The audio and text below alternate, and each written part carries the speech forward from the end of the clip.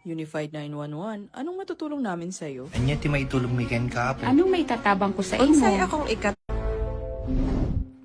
Magandang araw, bagong Pilipinas. Ako ang inyong alagadang batas, tagataguyod ng Balitang Pulis. Ako po si Patrolman Edwin Baris.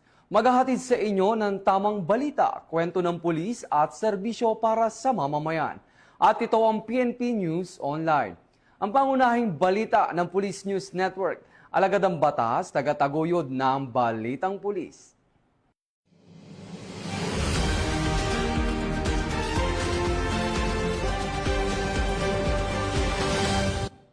Narito ang mga balitang hatid ng ating PNN correspondents mula sa iba't ibang panig ng bansa.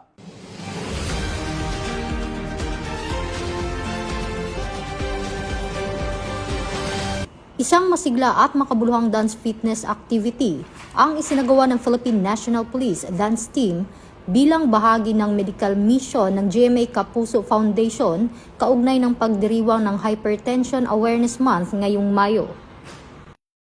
Ganap na alas 8 ng umaga, Mayo 2 taong kasalukuyan ng pangunahan ng PNP Dance Team sa ilalim ng pangangasiwa ni Police Colonel Luis E. Gisik, Chief ng Community Affairs and Development Division. Idinaos ito sa Evergotesco Mall, Atrium Lower Ground Floor sa Commonwealth, Quezon City. Bahagi ng programa ang palistahan na nag-aalok ng libreng konsultasyon at screening para sa may hypertension at diabetes. Partikular para sa mga edad 35 pataas at sa mga nakararanas ng sintomas tulad ng sakit ng ulo, pagkahilo, pananakit ng dibdib at madaling pagkapagod. Bukod sa libreng serbisyong medikal, tampok din sa Zumba session kung saan aktibong nakiisa ang mga kalahok. Nagkaroon din ng mga libreng pagkain, giveaways at iba't ibang premyo para sa mga dumalo matapos ang mga aktibidad tulad ng check-ups at health lectures. Layunin ng nasabing medical mission na mapalawak ang kaalaman ng publiko tungkol sa hypertension at mahikayat ang mamamayan na pangalagaan ang kanilang kalusugan sa pamamagitan ng regular na ehersisyo at konsultasyon. Patuloy namang sinusuportahan ng PNP ang mga ganitong inisyatibo na naglalayong mapalapit sa komunidad at maisulong ang kalusugan at kapakanan ng bawat mamamayan. Ito ang bagong PNP para sa bagong Pilipinas, serbisyong mabilis, tapat at nararamdaman. Mula sa Police News Network, ako po si Patrolwoman Resalie Umalay, alagad ng batas, tagataguyod ng Balitang Pulis.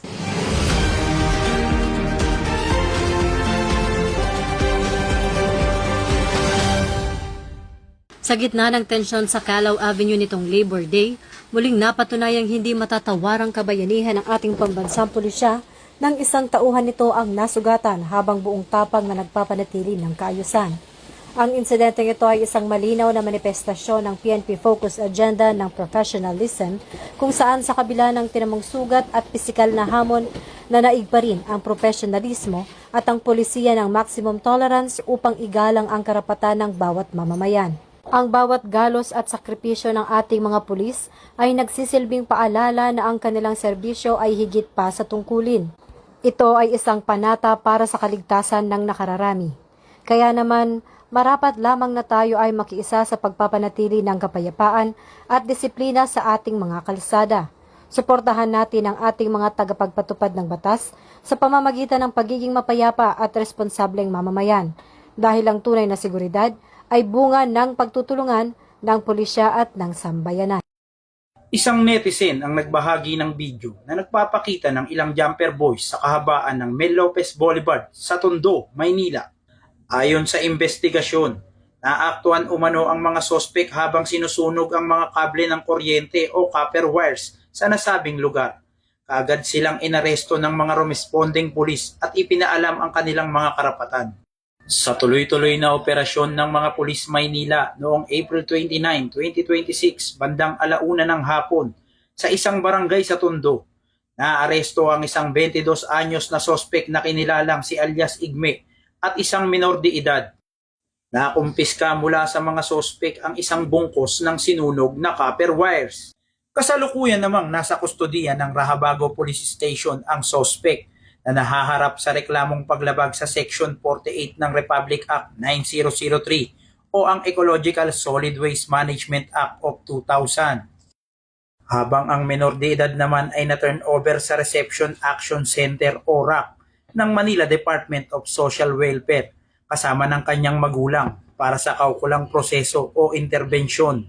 Mula dito sa Manila Police District, ako si Police Staff Sergeant Lionel Morpon, alagad ng batas, taga-taguyod ng Balitang Pulis. Nakahanda na ang Police Regional Office 7 na magpakalat ng 10,000 na tauhan upang matiyak ang seguridad sa gaganaping Association of Southeast Asian Nations Summit sa Cebu sa darating na May 3. Ayon kay Police Colonel Kim Molitas, tagapagsalita ng Pro-7 para sa ASEAN, kabilang sa pwersang ito ang 4,000 miyembro ng Philippine National Police, 3,000 mula sa iba pang uniform agencies, 1,000 mula sa Presidential Security Command at mga force multipliers. Ang malawakang paghahanda ay bungsod ng inaasahang pagdating ng 15 leader ng mundo sa May 5, kung saan isinasailalim na rin sa Code Blue Alert ang mga ospital sa rehiyon at nagsasagawa na ng mga simulation exercises para sa mas ligtas na pagbiyahe ng mga delegates mula airport patungo sa iba't ibang venue. Ang hakbang na ito ay direktang nakahanay sa PNP Focus Agenda na Strategic Preparedness at Operational Readiness na naglalayong ipakita ang kakayahan ng pambansang pulisya na magdaos ng mga pangdaigdigang kaganapan ng mapayapa at organisado.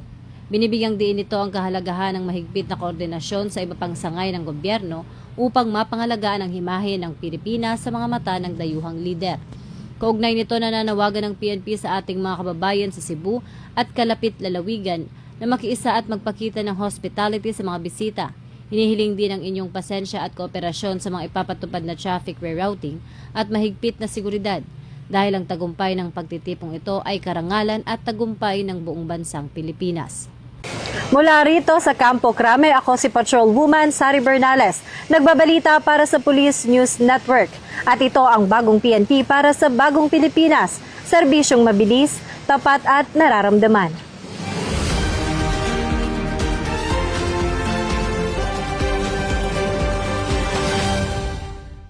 Ito po ang Barangay Pinyahan dito po sa Dia Road, Quezon City, na kung saan makikita po natin sa atin na halos abon na itong bahay na kung saan meron tayong mga kababayan na pilit pa rin naghahanap ng mapapakinabangan upang sa ganun ay meron silang maisalba kahit na konting gamit. Narinig ko lang po yung sigawan ng mga tao na sunog-sunog. Ayan po, pagdungaw po namin, ang lakas na po ng apoy. So ano po yung mga naisalba nyong gamit? Meron? Halos po, totally damaged po kami. Wala namang nasaktan sa inyo? Wala naman po. Nagpapasalamat po kami sa aming mahal na kagawad test po na tinulungan niyo po kami para makapunta po dito at saka nagpapasalamat din po kami sa QC, DRRMO at saka dito kay General Selvio po na pinagamit niya po yung covered court po ng QCP di Karingal po. Police Brigadier General Randy Glenn Silvio na umaksyon po kaagad at ito nga po ibinigay itong ating covered court dito sa Quezon City para po dun sa mga nawalan ng bahay or nasunugan.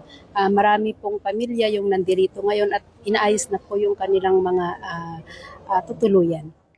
Sa karagdagan po is tumutulong o katuwang po natin dito ang QCLGU sa pamamagitan ng QC, DRRMO, ang kanilang tanggapan ng SSDD para dito po sa pagtulong sa mga biktima ng mga nasunugan. Mula po dito sa Barangay Pinyahan, Nia Road, sa ngalan po ng aming Regional Director ng NCRPO, Police Major General Anthony Berin. Ako po ang inyong Police News Network Correspondent, Police Chief Master Sergeant Mauricio Bonilla Ruiz, alagad ng batas, taga-taguyod ng Balitang Pulis. Lilingkod sa bawat Pilipino at magbibigay ng tamang impormasyon para sa tahimik at maayos na Pilipinas. Police News Network, alagad ng batas, tagapagtaguyod ng Balitang Pulis, sandigan ng mamamayan, patnubay ng katotohanan. Sa gitna ng nagpapatuloy na security deployment kaugnay ng Labor Day activities, nakaantabay ang mga tauhan ng Philippine National Police upang tiyakin ang kaayusan, kaligtasan at seguridad ng publiko. Makikita sa lugar ang Civil Disturbance Management personnel na nakaposisyon sa kanilang designated post.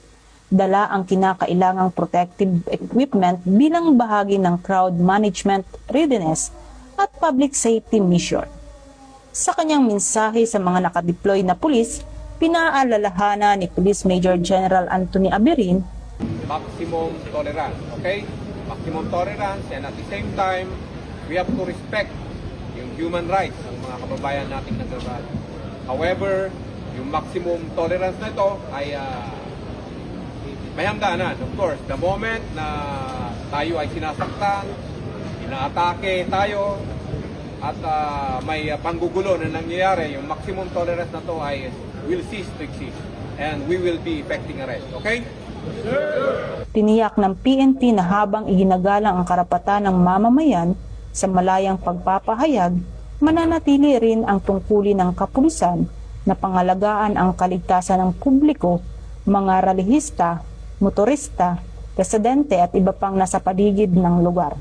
Sa kabuuan, nanatiling nakatutok ang Philippine National Police sa mahinahon, disiplinado at profesional na pagtupad ng tungkulin alinsunod sa layunin ng bagong PNP para sa bagong Pilipinas, serbisyong mabilis, tapat at nararamdaman.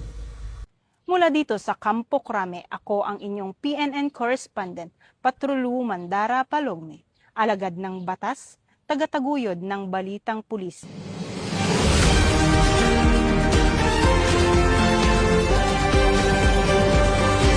Sa paggunita ng Labor Day, pinaigting ng Camarines Norte Police Provincial Office ang seguridad at serbisyong pangkomunidad sa buong lalawigan. Personal na ininspeksyon ni Police Colonel Paul Florendo Abay, Provincial Director, ang mga border control, himpilan at checkpoints upang tiyakin ang alertness at kahandaan ng kapulisan sa pagpapanatili ng kapayapaan at kaayusan.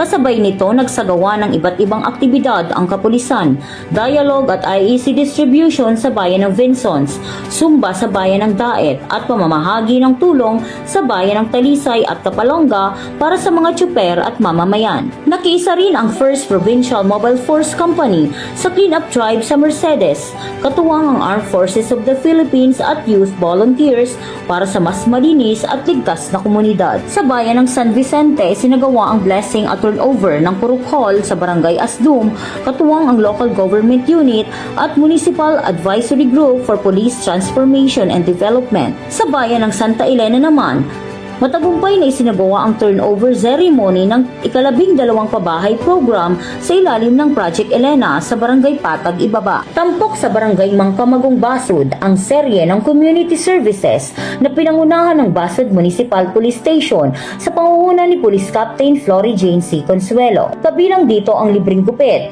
dialogue at IEC distribution na layong palakasin ang ugnayan ng pulisya at komunidad. Kasabay nito, nagsagawa ang Provincial Medical and Dental Team sa pamumuno ni Police Major Justice M. Goles ng libreng bunot ng ngipin at blood pressure monitoring para sa mga residente. Tampok rin sa aktibidad, nagbigay ng malaking suporta ang BAC na USA sa Barangay Mangkamagong sa pamamagitan ng medical mission at iba pang community assistance na naghatid ng agarang tulong sa mga residente. Ngayong araw ng Manggagawa, narito po tayo kasama po ang kapulisan ng Basud Municipal Police Station dito po sa Barangay Hall ng Barangay Mangkamagong, Basud, Camarines Norte. Ito po ay inisyatibo ng BAC na USA kasama yung mga doctors and nurses at kasama rin po natin ang ating Provincial Medical and Dental Team sa pamumuno ni Police Major Justice M. Goles. Ngayong araw ng paggawa, Mayo 1, 2026, ang Basud Municipal Police Station, katulong ang Camarines Norte Police Provincial Office, Camarines Norte Medical and Dental Team, ay naghahandog ng serbisyo publiko dito sa Barangay Mangkamagong. Hatid serbisyo ng libreng dental services, medical services, and meron po tayong libreng gupit na sa tulong po ng ating barberong police. Meron din po tayong libreng ice cream na ipamimigay po. Ang priority po nito ay yung syempre, yung ating mga pasyente na nabunutan po ng ipin. Ganon din po, meron din po tayong ipamimigay pa mamaya sa mga kabataan. Ang servisyo po na ibibigay namin is medical, kasama na po ng dental, and sometimes po nagbibigay din kami ng mga eyeglasses. Gusto namin maabot yung mga nasa remote areas of the provinces. Kaya this time ginawa namin po na medical, dental, optical mission. Magandang umaga sa lahat. Ako po si Police Major Justice Goles, head ng team leader ng Provincial Medical and Dental Unit, Camarines Norte. Kami po ay magkakaroon tayo ngayon ng dental mission activity at magsiservisyo tayo sa mamamayan ng Barangay Camagong. Magkakaroon tayo ng dental consultation, dental extraction or bunot, profiling para din sa mga mamamayan po ng Barangay Camagong. Nagpapasalamat po ako sa BACNA at kami po, ang Barangay Mangkamagong po ang napili nila para po maisagawa po itong caravana po ito. At nagpapasalamat din po ako sa kapulisan na sila po ay nagsusuporta at mabilis po sila mag-responde sa aming pong bayan. Pasalamat po ako sa pulis na gumupit sa akin. At pasalamat ako sa pulis na gumupit sa ngayon. Mula po dito sa Camarines Norte Police Provincial Office, ako po si Police Master Sergeant Lian L. Pajarillo, nag-uulat para sa Police News Network. At ito ang inyong bagong PNP para sa bagong Pilipinas. Serbisyong mabilis, tapat at nararamdaman. Pulis Iligan, tumulong sa ligtas na panganganak ng isang ina sa terminal. Naging makabuluhan ang umaga ng Abril 29, 2026 matapos ang agarang pagtugon ng Iligan City Police Station 1 sa isang babaeng biglang nanganak sa Integrated Bus and Jeepney Terminal sa East Henaplanon bandang alas 9:05 ng umaga. Agad rumisponde sina PCMS Mark T. Claro at PCPL Grace E. Bautista matapos ang ulat mula sa terminal. Pagdating sa female comfort room, inabutan nila ang babae na nasa aktibong panganganak na. Sa gitna ng limitadong oras at kondisyon ng lugar, mahinahon na kumilos si PCPL Bautista at matagumpay na natulungan ang ina hanggang sa ligtas na maipanganak ang isang baby boy. Makalipas ang ilang minuto, dumating ang City Disaster Risk Reduction and Management Office at agad na nagbigay ng karagdagang tulong medikal. Maayos na naisugod sa Gregorio T. Luch Memorial Hospital ang mag-ina para sa masusing pag-aalaga. Ang pangyayari ay muling nagpakita na ang presensya ng pulis sa komunidad ay hindi lamang para sa seguridad, kundi para rin sa agarang tulong sa oras ng pangangailangan. Sa simpleng aksyon na nagligtas ng buhay, naipakita ng Iligan City Police Station 1 ang tunay na diwa ng serbisyo bilang bahagi ng bagong PNP para sa bagong Pilipinas, serbisyong mabilis, tapat at nararamdaman. Mula dito sa Police Regional Office 10, Iligan City Police Office, ako po ang inyong PNN correspondent, Patrolman Christopher TRC, alagad ng batas, tagataguyod ng Balitang Pulis. Arestado ang isang high-value individual sa isinagawang anti-illegal drugs operation ngayong lamang April 28, 2026 sa Upper San Carlos Heights sa Barangay Irisan, Baguio City. Pinangunahan ang operasyon ng Regional Police Drug Enforcement Unit ng Police Regional Office Cordillera Administrative Region, katuwang ang iba pang law enforcement units kabilang ang mga operatiba mula sa Baguio City Police Office at iba pang specialized units. Sa naturang operasyon, na-recover mula sa suspect ang humigit kumulang 60 gramo ng hinihinalang shabu na may tinatayang standard drug price na higit 400,000 piso. Bukod sa hinihinalang illegal na droga, nakumpiska rin ng mga operatiba ang ilang non-drug evidence kabilang ang isang cellphone, isang motorsiklo at iba pang kagamitan na posibleng may kaugnayan sa illegal na aktibidad.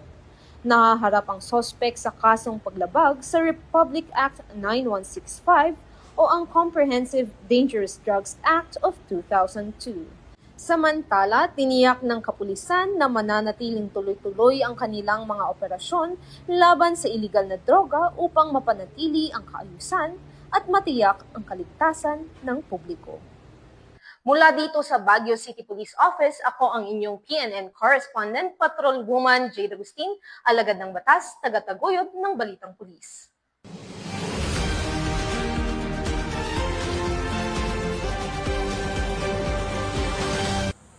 naging pangkalahatang mapayapa at maayos ang paggunita ng Labor Day 2026 sa buong bansa. Ayon sa Philippine National Police, sa kabila ng isang hiwalay na insidente sa Calao Avenue, Maynila, tiniyak ng PNP na hindi ito nakakaapekto sa kabuuang kaayusan ng mga aktibidad nationwide. Sa naging assessment ng Philippine National Police, generally peaceful and orderly ang kabuuang paggunita ng Labor Day kahapon, Mayo 1 taong kasalukuyan, matapos ang maghapong monitoring sa iba't ibang bahagi ng bansa. Mahigit 106,000 police personnel ang idineploy nationwide upang tiyakin ang public safety, police visibility, traffic assistance, crowd management, at seguridad sa mga lugar na may kilos protesta at iba pang Labor Day-related activities. Batay sa ulat ng PNP, umabot sa 58 rally activities ang namonitor sa buong bansa na dinaluhan ng tinatayang 13,324 participants. Lahat ng aktibidad ay natapos ng walang major untoward incident. Sa Camp Crame, nagsagawa rin ng police briefing ang PNP Public Information Office upang ilahad ang initial assessment sa Labor Day activities. Dito inuulat ni Police Brigadier General Randolph T. Tuanyo, Chief PIO, na nanatiling naka-full alert ang PNP upang mabantayan ang seguridad at kaayusan sa mga lugar na may public assembly. Personal ding minonitor ng pamunuan ng PNP ang sitwasyon sa command center upang makatanggap ng real-time updates mula sa ground units sa iba't ibang lugar sa bansa. Sa National Capital Region, personal namang siniyasat ng NCRPO Regional Director Police Major General Anthony Aberin ang sitwasyon sa Calao Avenue, kung saan nakadeploy ang mga tauhan ng Civil Disturbance Management upang mapanatili ang kaayusan habang pinapairal ang maximum tolerance. Maximum tolerance, okay? Maximum tolerance, and at the same time, we have to respect yung human rights ng mga kababayan nating nagrarally. However, yung maximum tolerance na ito ay may hangganan. Of course, the moment na tayo ay sinasaktan, inaatake tayo, at may panggugulo na nangyayari, yung maximum tolerance na to ay will cease to exist and we will be effecting arrest. Okay? Gayunman, kinumpirma ng PNP na may naitalang hiwalay na insidente sa Calao Avenue, Ermita, Manila, kung saan 7 pulis ang nasugatan matapos umanong maging agresibo ang ilang rally participants at pisikal na kumprontahin ang police line. Ayon sa PNP, ang mga nasugatang personnel ay dinala sa PNP General Hospital para sa medical evaluation at management. Isa sa kanila ang isinailalim sa close observation habang hinihintay ang resulta ng CT scan. Sa pahayag ni Chief PNP, Police General Jose Melenchiosin Nartatis Jr., binigyang diin niya na nare-respeto ng PNP ang karapatan ng publiko sa mapayapang pagtitipon, ngunit hindi pinahihintulutan ang pananakit o paglapastangan sa mga pulis na gumaganap ng tungkulin. Nilinaw din ng PNP na bagamat may hiwalay na insidente sa Maynila, hindi nito naaapektuhan ang pangkalahatang kaayusan ng Labor Day activities sa buong bansa.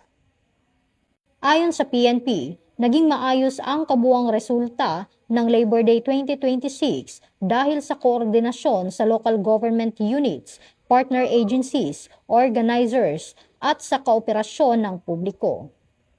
Kasabay nito, kinilala rin ng PNP ang mahalagang ambag ng mga manggagawang Pilipino sa lipunan at ekonomiya habang tiniyak na patuloy nitong babantayan ang seguridad upang malayang maipahayag ng mamamayan ang kanilang saloobin sa mapayapa at ligtas na paraan. Sa pagtatapos ng Labor Day 2026, tiniyak ng PNP na mananatili itong alerto, profesional at handang tumugon upang manatili ang kapayapaan at kaayusan sa bawat komunidad. Ito ay alinsunod sa adhikain ng bagong PNP para sa bagong Pilipinas, serbisyong mabilis, tapat at nararamdaman. Mula sa Police News Network, ako po si Patrolwoman Resalie Umalay, alagad ng batas, tagataguyod ng Balitang Pulis.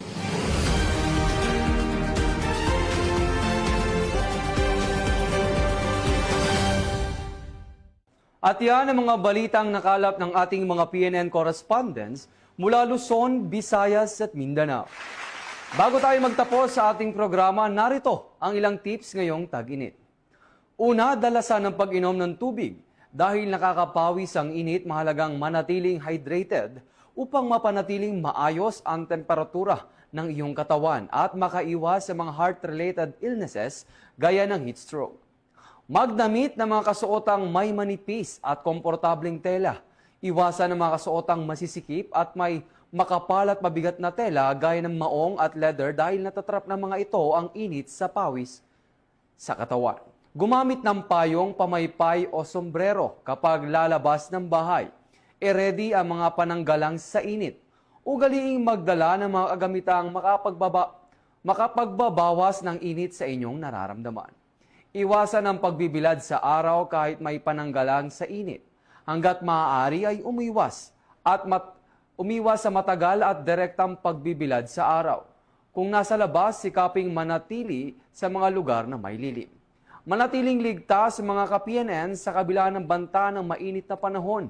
Sakaling may emergency, idaya lang ang 911 sa inyong mga telepono. At ang inyong pulis at iba pang sangay ng pamahalaan ay handang tumulong sa inyo.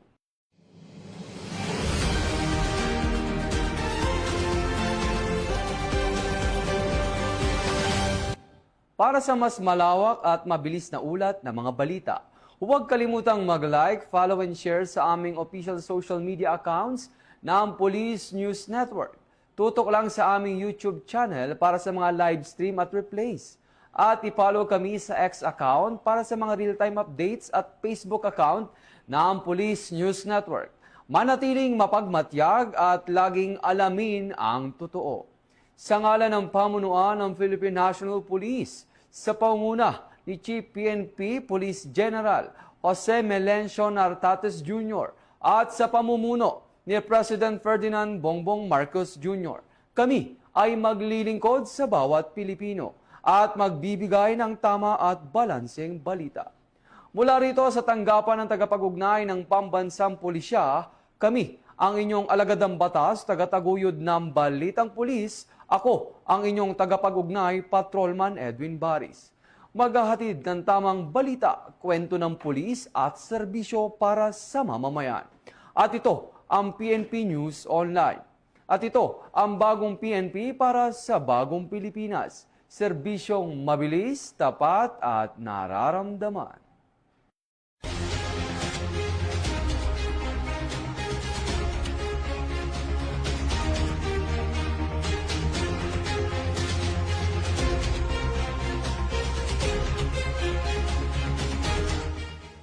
Police News Network, alagad ng batas, tagapagtaguyod ng balitang pulis.